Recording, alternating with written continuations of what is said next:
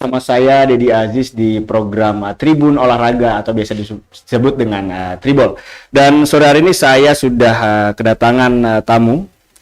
Ya, satu kehormatan juga bisa langsung bertemu dengan Kadispora Provinsi Maluku, Bapak Sandi Watimena yang sudah berada di sebelah kiri saya. Boleh disapa Pak, sapaan kita kepada penonton kita, Tribuners Pak. Oke, baik. Selamat sore Tribuners Ambon dan sekitarnya. Siap. Saya Sandi Alexander Watimena, Kepala Dinas Pemuda dan Olahraga Provinsi Maluku. Assalamualaikum warahmatullahi wabarakatuh. Salam sejahtera buat kita sekalian. Ya. Baik. Sore ini kita akan membahas soal olahraga, tentunya bagaimana perkembangan atau pengembangan olahraga di Maluku sesuai dengan perspektif Bapak Sandi Watimena. Langsung saja Pak ya. Ya. Di pertanyaan pertama ini mungkin pertanyaan paling dasar Pak. Bagaimana pandangan Bapak mengenai perkembangan olahraga di Maluku selama Bapak menjabat jadi Kadispora? Ya, jadi saya kebetulan dilantik secara resmi itu tahun 2020. Iya. Berarti bulan April, tepatnya itu 22 April 2020. Berarti hitungannya lebih kurang 2 tahun. Iya. Memang kita harus mengakui bahwa di beberapa tahun terakhir ini memang prestasi olahraga Maluku memang agak terpuruk. Iya. Tapi memang itu kita tidak bisa pungkiri dengan munculnya pandemi COVID 2019-2020 dan kemudian kita mulai bangkit lagi. Iya. Nah, memang sudah kemarin kita mengikuti PON di Papua. Itu memang dari perolehan medali memang kita ada turun selisih 2. Iya. Karena tahun sebelumnya di 2016 di Jawa Barat itu kita 7 emas. Iya. Kemarin kita dapat 5 emas. Dan saya kira dengan perolehan itu kalau kita presentasikan dengan jumlah atlet yang kita boyong ke Papua, kita termasuk tidak terlalu banyak dibandingkan dengan provinsi lain dengan jumlah pendanaan yang cukup besar. Kita cuma 42 atlet yang kita boyong ke Papua, tapi kalau presentasi kita cukup prestasi karena kita dapat 5 emas, 4 perak, 6 perunggu. Iya. Di posisi ke-21 dari urutan secara nasional. Iya. Jadi saya kira dengan perkembangan sekarang yang pandemi sudah menurun, kita harapkan kita bisa kembali bangkit lagi. Iya. Dan saya yakin kita bisa bangkit lagi dengan baik karena apalagi Pak Gubernur kita saat ini punya komitmen penuh untuk membangun olahraga. Jadi saya kira dengan kerjasama yang baik dari semua stakeholder, saya kira kita ke depan akan punya prestasi lebih baik. Iya, Pak, kalau tadi kita lihat bahwa Bapak sempat singgung mengenai turun peringkat. Kita di 2016 kalau saya tidak salah itu kita di peringkat 19 Pak. Ya, kemudian betul. di PON Papua kita di peringkat 21. Ya. Selain turun medali emas juga kita turun peringkat juga nih Ya, Pak. ya, Nah, betul. kira-kira menurut Bapak nih apa nih yang kurang dari kontingen olahraga di Maluku ketika perayaan PON seperti itu Pak? Jadi gini, memang orang mungkin bilang klise, Iya. tapi memang itu kenyataan. Karena 2019 kita masuk pandemi, masa pandemi COVID itu semuanya stuck. Dalam arti pelatda pun diberhentikan. Ya. Diharapkan dengan latihan mandiri. Nah, kemudian berangsur-angsur kita pelatda ada yang memang terpusat, tapi ada juga yang secara mandiri, sehingga memang fokus untuk pengembangan prestasi saya kira itu pasti terganggu. Iya. Namun KONI dan kita semua, Dispora dan semua stakeholder yang terkait sudah berusaha sepenuh hati ya pada saat itu. Nah makanya yang tadi saya bilang dari presentasi jumlah atlet yang kita boyong, kemudian dengan dapat 5 emas, 4 perak, 6 perunggu sudah cukup baik. Menurut kita ya. Tapi memang masyarakat menganggap bahwa kita memang turun ya. Cuman ya karena memang beberapa kondisi yang memang tidak bisa kita hindari. Ya. Karena dengan kondisi itu, di samping itu pendanaan yang juga bisa dibilang terbatas. Dengan kondisi COVID, semua kegiatan-kegiatan pembangunan program-program kerja itu kan direfocusing khusus untuk menangani penanggulangan COVID. Sehingga ya kita berusaha semaksimal mungkin kemarin itu dengan hasil yang ada. Saya kira itu. Artinya memang pandemi COVID ini bukan lagi suatu hal yang klise begitu Pak ya. Betul. Memang faktanya seperti itu Pak. Seperti itu. Nah, bahkan kemarin waktu kita pergi, waktu mau pergi ada pelatih yang positif, Iya. akhirnya nggak bisa berangkat, begitu itulah. Iya. Ya, memang itu kondisi yang terjadi. Nah, itu juga tidak terlepaskan Pak dari bagaimana pembinaan atlet kita. Betul. Di antaranya juga kita punya seharusnya Pak punya PPLP dan PPLM. Iya. Sampai saat ini saya pribadi juga mungkin ada beberapa penonton kita yang belum tahu nih adakah ataukah aktif nggak ini PPLP atau PPLM di Maluku begitu Pak. Jadi gini, jadi PPLP itu Pusat Pendidikan dan Latihan Pelajar. Kalau PPLM itu Pusat Pendidikan Latihan Mahasiswa. Nah, kita di Maluku baru ada PPLP, Pendidikan Pelajar. Nah, perlu diketahui pembinaan olahraga itu kan ada 4. Iya. Olahraga prestasi, olahraga pendidikan, olahraga rekreasi, sama olahraga sains. Ya. Iya. Jadi ada 4. Nah, untuk penanganan terhadap olahraga prestasi itu kan itu KONI. Iya. Lebih tanggung jawabnya ke KONI. Sementara olahraga pendidikan itu di kita, di Dinas Pemuda Olahraga. Nah, kebetulan di Maluku itu ada membina PPLP. Baik PPLP dengan pembiayaan dari APBN maupun PPLPD. Iya. Jadi pembiayaan dari APBD. Iya. Nah, di kita itu ada PPLP itu membina 7 cabang olahraga. 4 cabang olahraga itu dengan PPLP, dana APBN, yaitu tinju, sepak bola, atletik, sama dayung. Iya. Nah, kemudian yang PPLPD itu karate, taekwondo, sama anggat. Nah, jadi perlu masyarakat tahu kami membina PPLP itu ada asrama yang kita bina anak-anak sekolah. Jadi mereka masuk, mereka diasramakan, kemudian sekolah kalau dari kabupaten lain kita titipkan di SMA yang ada di Ambon. Jadi pendidikan mereka tetap jalan, prestasi juga tetap jalan, latihan terus. Nah, dan perlu diketahui kemarin itu atlet-atlet yang meraih medali itu sebagian besar itu alumni PPLP. Alumni PPLP sebagian besar Pak. Sebagian besar. Itu Chelsea Korputi, kemudian itu dari dayung, kemudian Lamemo juga, kemudian atletik itu si Alvin Fiori, itu alumni PPLP. Jadi memang PPLP ini sangat bermanfaat sebenarnya. Cuman kita kan dibatasin penanganannya itu umur pelajar. Jadi kalau dia SMA lulus SMA kelas 3 dia sudah harus keluar. Nanti dilanjutkan dengan pembinaan Pengprov masing-masing cabang olahraga. Nah, Pak, sejauh ini Pak, pembinaan atlet, saya setuju dengan yang Bapak bilang tadi bahwa pembinaan atlet juga harus dilakukan secara berkesinambungan begitu Pak, ya mulai dari usia dini sampai mungkin ke tingkat senior. Apakah di Maluku sendiri sejauh ini Bapak melihat apakah sudah menerapkan itu Pak pada masing-masing misalnya cabang olahraga atau PPLP begitu Pak? Ya, jadi memang kita ini kan nanti ada mau evaluasi lagi. Iya. Evaluasi dalam artian cabang olahraga yang menjadi prioritas unggulan dari Maluku itu kita fokuskan di situ. Bukan berarti cabang olahraga lain kita tidak melirik. Nah, ini dalam 1-2 hari kami akan berapat bersama-sama dengan KONI. Iya. Kebetulan kemarin hasil Musprov KONI aklamasi memilih Pak Gubernur sebagai ketua KONI. Iya. Nah, ini kan suatu langkah yang baik. Iya. Dan kita harapkan ke depan program-program kerja terkait dengan keolahragaan itu bisa lebih baik lagi. Iya. Nah, kita akan berapat dengan KONI karena kita tahu kondisi keuangan yang terbatas, karena sekarang pun COVID ini masih istilahnya masih mempengaruhi itu.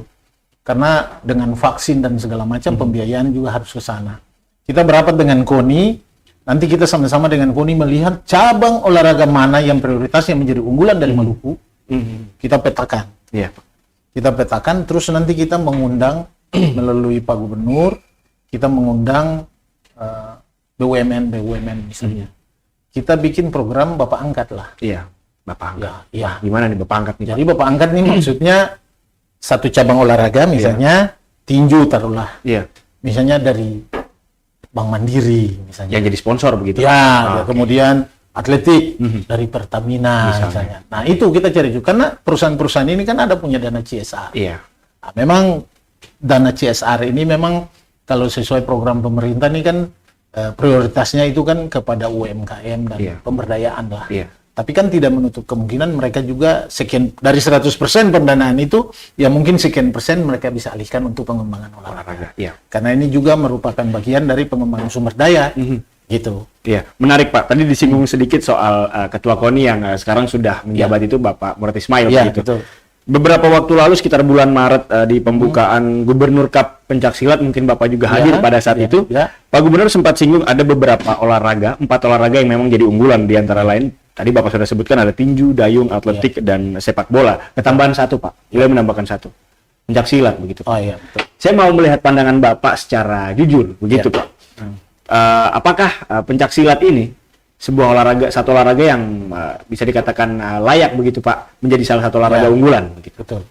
Oke, jadi kalau menurut saya memang pencaksilat ini salah satu olahraga unggulan kalau untuk Maluku ya, menurut saya. Karena Maluku ini kan unggul di kan olahraga-olahraga yang bela diri, tanda kutip bela diri, petarung lah. Iya. Jadi memang kita, saya juga punya obsesi. Jadi kita mengevaluasi dulu dari 7 cabang olahraga ini apa menjadi unggulan apa tidak dari Maluku. Tapi kalau saya lihat kalau yang dengan APBN kan sepak bola, atletik, dayung sama tinju, saya kira itu prioritas. Prioritas 4 itu. Kemudian ada karate, ada taekwondo, ada anggar. Nah, nanti kita lihat, kita evaluasi. Kalau memang ada yang kurang, misalnya bukan merupakan prioritas, bisa kita ganti dengan silat misalnya. Karena kenapa? Perlu kita tahu ada peraturan Presiden 86 tahun 2021 kemarin. Itu tentang DBON disingkatnya. Apa itu? Desain Besar Olahraga Nasional. Desain besar. Ya. Jadi itu 5.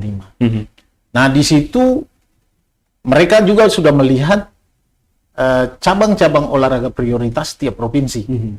Jadi nanti yang kita punya 4 cabang olahraga yang yang dengan dana APBN itu, nanti dari Kemenpora dia mengevaluasi dari 4 ini punya potensi nggak di Maluku.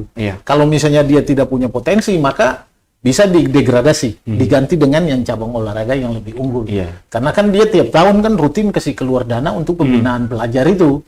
Nah itu. Nah, desain besar olahraga nasional ini sangat penting dan ini harus menjadi patokan untuk semua provinsi maupun kabupaten kota. Tapi saya lihat dari 4 ini yang sudah membuktikan itu ada tinju, dayung, dan atletik. Sementara ini sepak bola masih menurun. Beberapa kompetisi juga atlet kita tidak sampai ke babak-babak yang 16 besar kayak seperti itu Pak. Nah, saya mau singgung soal ini Pak. Maluku dalam waktu dekat akan menyambut Popmal. Betul. Iya. Saya mau minta bocoran sedikit nih Pak. Popmal ini kapan dan akan seperti apa nih desain Popmal ini Pak? Iya. Jadi Popmal ini rencana dilaksanakan oleh KONI itu bulan November. Iya. Itu yang saya dengar. Memang dalam waktu dekat kita ada berapat terus. Nah, nanti juga Popmal ini melombakan cabang-cabang olahraga unggulan. Ya, jadi tidak semua gitu. Oh, tidak semua Pak? Iya, jadi nanti kita pilih cabang-cabang olahraga utama yang menjadi unggulan Maluku, sehingga nanti dilaksanakan pada tahun ini, sehingga 2023 menyongsong 2024 PON yang berikut di Sumatera Utara sama Aceh, kita betul-betul mengirimkan cabang olahraga yang punya potensi untuk meraup medali. Tapi bukan berarti yang lain kita abaikan. Tetap kita perhatikan. Gitu. Sehingga nanti ya diharapkan pada saat Popmal itu menghasilkan prestasi terbaik dari cabang-cabang olahraga yang dilombakan dari tiap kabupaten. Sehingga kita bisa merekrut semua yang punya potensi. Bisa merekrut semua yang punya potensi. Berarti Popmal nanti kita menuju ke menyongsong PON Pak ya? Betul. Saya mau singgung sedikit juga. Tadi di awal Bapak sempat singgung soal Maluku turun dari posisi 19 ke posisi 21 begitu Pak. Kembali lagi Pak, apakah persoalan yang memang kalau jadi atlet itu ini pasti dipertanyakan tuh. Betul. Jadi atlet ini dapat apa sih? Kita dapat apa nih dari Dispora atau lain sebagainya? Gimana Bapak menjawab hal itu Pak? Ya, jadi perlu diingat ya. Kemarin atlet PON itu semua dapat bonus. Ini dapat bonus dari pemerintah daerah. Jadi memang saya begitu yakin dan percaya Pak Gubernur ini punya komitmen untuk itu. Karena beliau belum jadi gubernur aja, orang dari Maluku pergi lomba, beliau kasih duit untuk mendukung atlet. Apalagi beliau sudah jadi gubernur. Nah, makanya kemarin dengan hasil yang mereka dapat di PON itu, Pak Gubernur memberikan hadiah yang emas 200, ya perak 150, perunggu 100. perunggu 100. Pelatih pun dapat. Pelatih pun yang meraih cabang olahraga yang meraih emas, pelatihnya dapat 60 juta. Kemudian perak 45 juta. Kemudian dari perunggu 35. Dan itu sudah terbayar. Sudah terbayar. Sudah semua dapat. Berarti ada beberapa isu yang mengatakan atlet pelatih belum dapat ini segala macam. Nggak ada, Pak ya? Jadi kan memang gini, kadang-kadang masyarakat ini kan berpikir yang sederhana.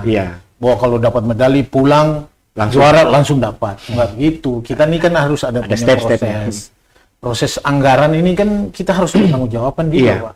Siapa yang mau bertanggung jawab? Betul. Nah, proses administrasi harus jalan. Di SK-kan dulu. Rekening yang bersangkutan dikasihkan. Karena kita nggak pegang duit. Sepeser pun kita nggak pegang duit. Jadi pas keluar prosesnya jalan, keluar duitnya langsung masuk rekening. Jadi kita nggak pegang 1 rupiah. Ada proses. Kadang-kadang juga. Ya, jadi kan tidak sabar juga. Karena gini, prosesnya administrasi salah satu contoh itu mereka harus tanda tangan daftar dulu. Jadi tanda tangan daftar belum langsung dapat duit. Nah, itu menjadi lampiran administrasi yang kita harus masukkan permohonan ke bagian keuangan di kantor gubernur, baru mereka cairkan. Nah, cairkan itu yang tadi saya bilang kita nggak pegang. Langsung masuk rekening banknya. Masuk rekening banknya masing-masing. Itu. Iya, Pak. Baik, menarik, Pak.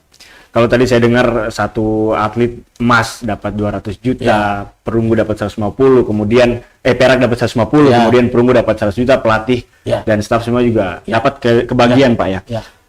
Saya melihat bahwa menurut saya mungkin juga menurut banyak praktisi olahraga lainnya, Pak, bahwa masih banyak infrastruktur olahraga kita di Maluku yang tidak memadai. Apakah tidakkah alangkah lebih baik kalau misalnya bonus-bonus itu dikurangi kemudian dipakai untuk infrastruktur olahraga yang lain, Pak? Bagaimana, Pak? Enggak juga. Jadi kan kalau bonus itu kan, jadi kadang-kadang gini ya, kalau yang tahun 2016 itu bonusnya itu emasnya itu 150. Berarti naik nih, Pak? Ya, kita kasih naik karena dengan kondisi perkembangan dan segala macam. Tapi kalau mau kita kurangin juga jumlahnya kan kecil, mau dipakai buat prasarana apa sih? Memang sarana prasarana olahraga seperti ya sekarang ini yang banyak orang mensoroti di Stadion Mandala. Stadion Mandala. Memang itu umurnya memang udah lewat dari umur rencana, itu udah umur 40-an tahun. Dan memang sudah harus dibenahi. Dan perlu diketahui kita sudah bikin perencanaan dan kita sudah memberikan usulan dilayangkan ke Jakarta pembangunan baru bahkan. Untuk stadion. Kemudian yang lain itu kita rehab lah, seperti sport hall, kemudian lapangan tenis, kemudian kita ada tambah usulan lapangan futsal baru, karena sekarang kan futsal lagi booming juga kan. Bapak juga hadir itu, Pak. Dan kemudian futsal ini kan sudah menjadi olahraga prestasi, bahkan sampai tingkat dunia. Nah, untuk itu kita juga sudah usulkan untuk pembangunan itu. Ya mudah-mudahan ke depan ya kita nanti coba ke Jakarta, kita tanyakan lagi, kita melobi lagi perkembangan ini sehingga bisa jadi mereka mengalokasikan untuk kita. Iya, Pak. Iya, tadi Bapak sempat singgung, pas nih kebetulan saya juga ada pertanyaan itu, Pak, soal stadion baru. Maluku ini kan orang bisa bilang kampung sepak bola ini di Maluku. Hampir banyak pemain-pemain sepak bola di Liga 1 semua dari Maluku, Pak. Sudah sampai di tahap mana, Pak? Nah, kita memang stadion ini kan memang kita baru buat usulan. Kita punya inisiasi untuk buat usulan ke Jakarta karena memang itu kita usul lewat dana APBN. Karena kalau dengan APBD kan rasanya tidak mampu ya, karena ratusan miliar itu kalau bangun baru. Betul, Pak. Nah, untuk itu kita sudah layangkan itu yang tadi saya bilang, nanti dalam waktu dekat mungkin kita ada ke Jakarta, kita coba melobi, kita lobby pihak yang berkompeten untuk itu, sehingga ya bisa jadi ya kita dapat stadion baru. Begitu. Kemudian juga Wisma Atlet, karena kita Wisma Atlet juga seumuran sama stadion tuh, dan memang jauh dari layak.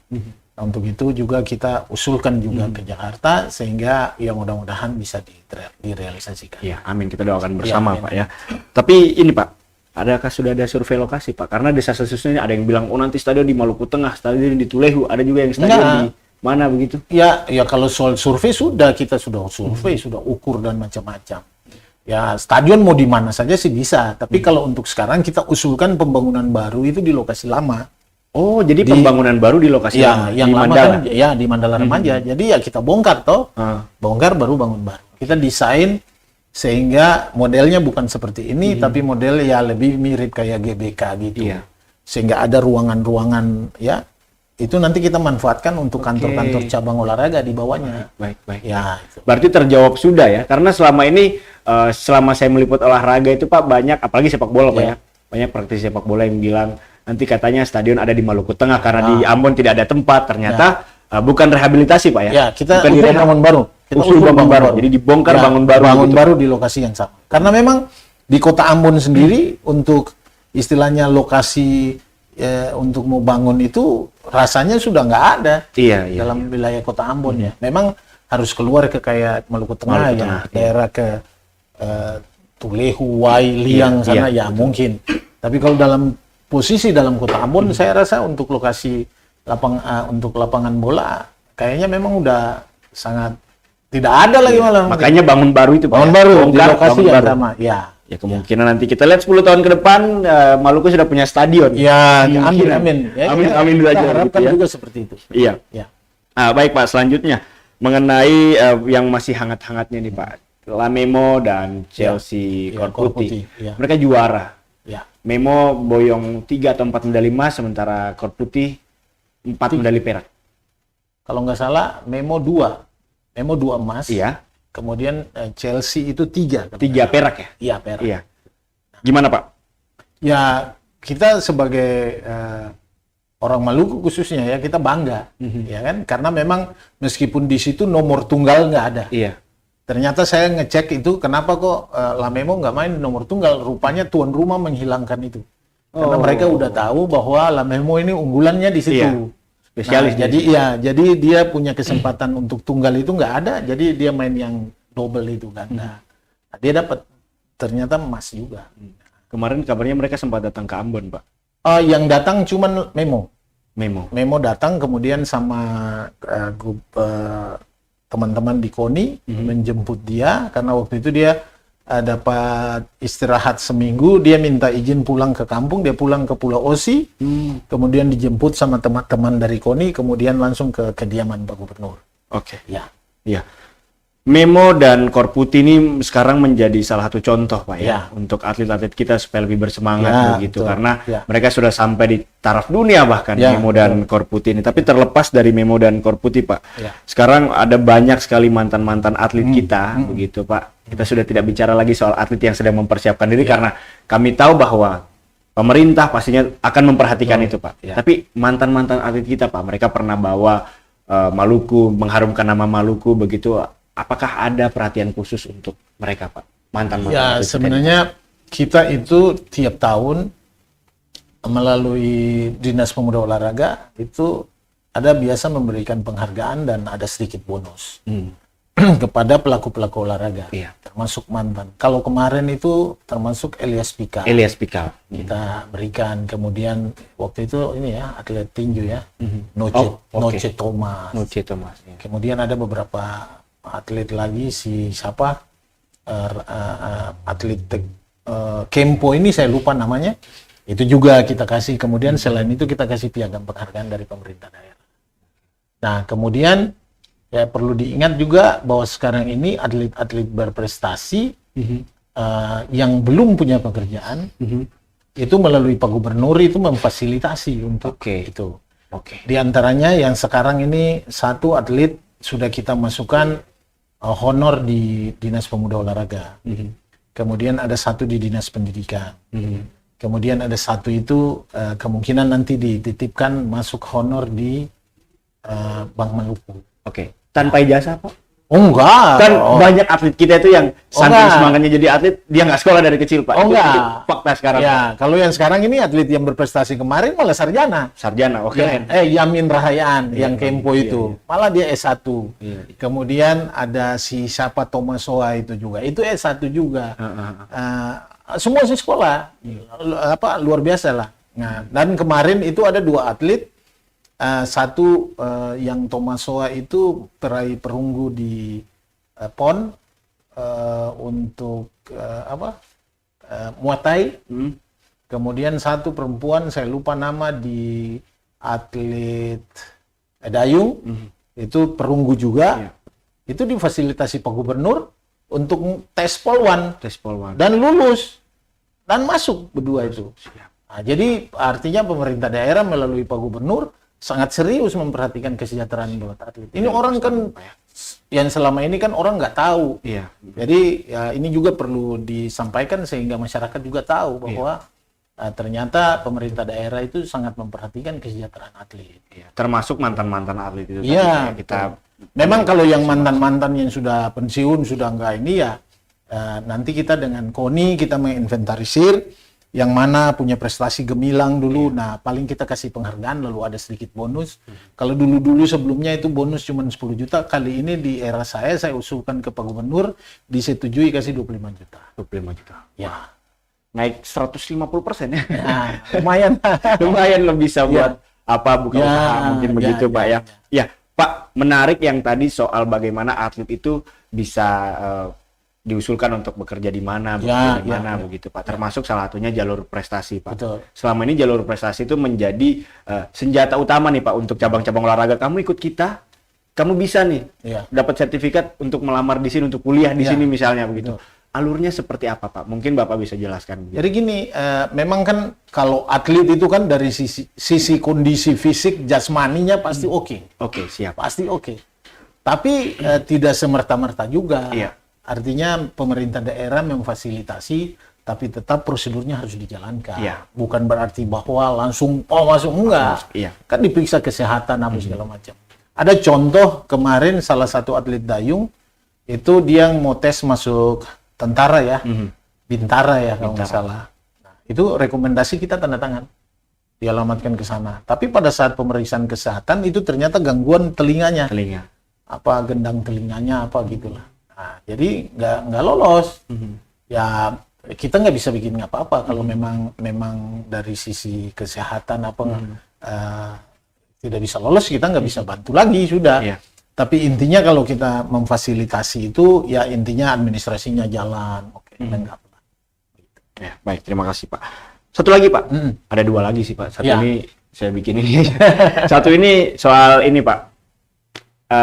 Futsal yang kemarin.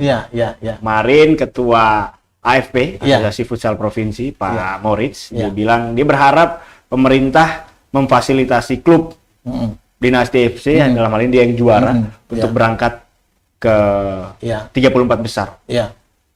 Sudah ada usulan dari AFP Pak? Memang pernah mereka sounding audience ke saya di kantor ya. Jadi cuman ini kan karena ini Linus ya. Linus Liga Nusantara itu antar klub. Ya. Memang sayangnya itu informasi itu disampaikan telat. Telatnya karena kita kan penetapan APBD-nya udah jalan.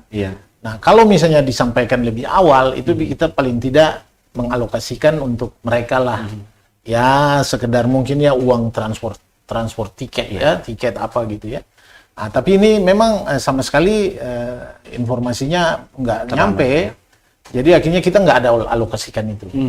Tapi ya nanti kita lihat kalau memang mereka datang bawa proposal ke lomba tanggal berapa, bulan apa, ya nanti kita komunikasikan dengan Pak Gubernur atau Pak Sekda, nanti ada kebijakan bagaimana mau masuk di anggaran perubahan atau gimana itu nanti.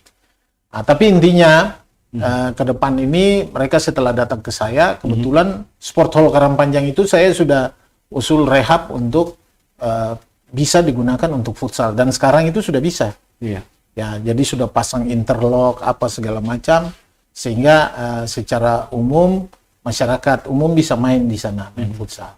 Di samping rencana itu nanti kita adakan kejuaraan daerah khusus futsal, kejuaraan daerah Maluku, kejuaraan futsal lah gitu. Nah, nanti di situ dari AFP melihat mana pemain-pemain yang potensial sehingga membentuk satu klub futsal Maluku yang nanti untuk menghadapi Prapon. Prapon untuk Prapon 2024. Karena saya minta ke mereka kalau bisa bicarakan dengan AFP pusat, pengurus pusat, minta aja Maluku sebagai tuan rumah Futsal. praponnya, Prapon. futsal. Dengan demikian kalau bikin di Ambon kan peluang besar kita sebagai tuan rumah supaya bisa lolos Terbuka, lebih juara, terbuka. Ya, itu. Baik Pak, berarti itu nanti masih direncanakan Pak? Ya, betul. Iya, baik, terima kasih Pak. Ya. Ini terakhir pertanyaan dari netizen, saya tadi Ya. sempat screenshot beberapa. Ya. Saya pilih satu aja Pak, karena kalau saya pilih 12 terlalu lama Pak. Ya, Ini, ya, Pak. ya. Ini ada pertanyaan dari Akbar Mulia Ramadan. Dia Instagram Akbar Mulia Ramadan. Dia bertanya soal pengembangan atlet dibutuhkan SKO, Sekolah Keberbakatan Olahraga. Ya.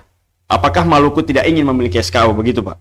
Sebenarnya kalau sekolah, jadi SKO itu sekolah khusus olahraga. Iya.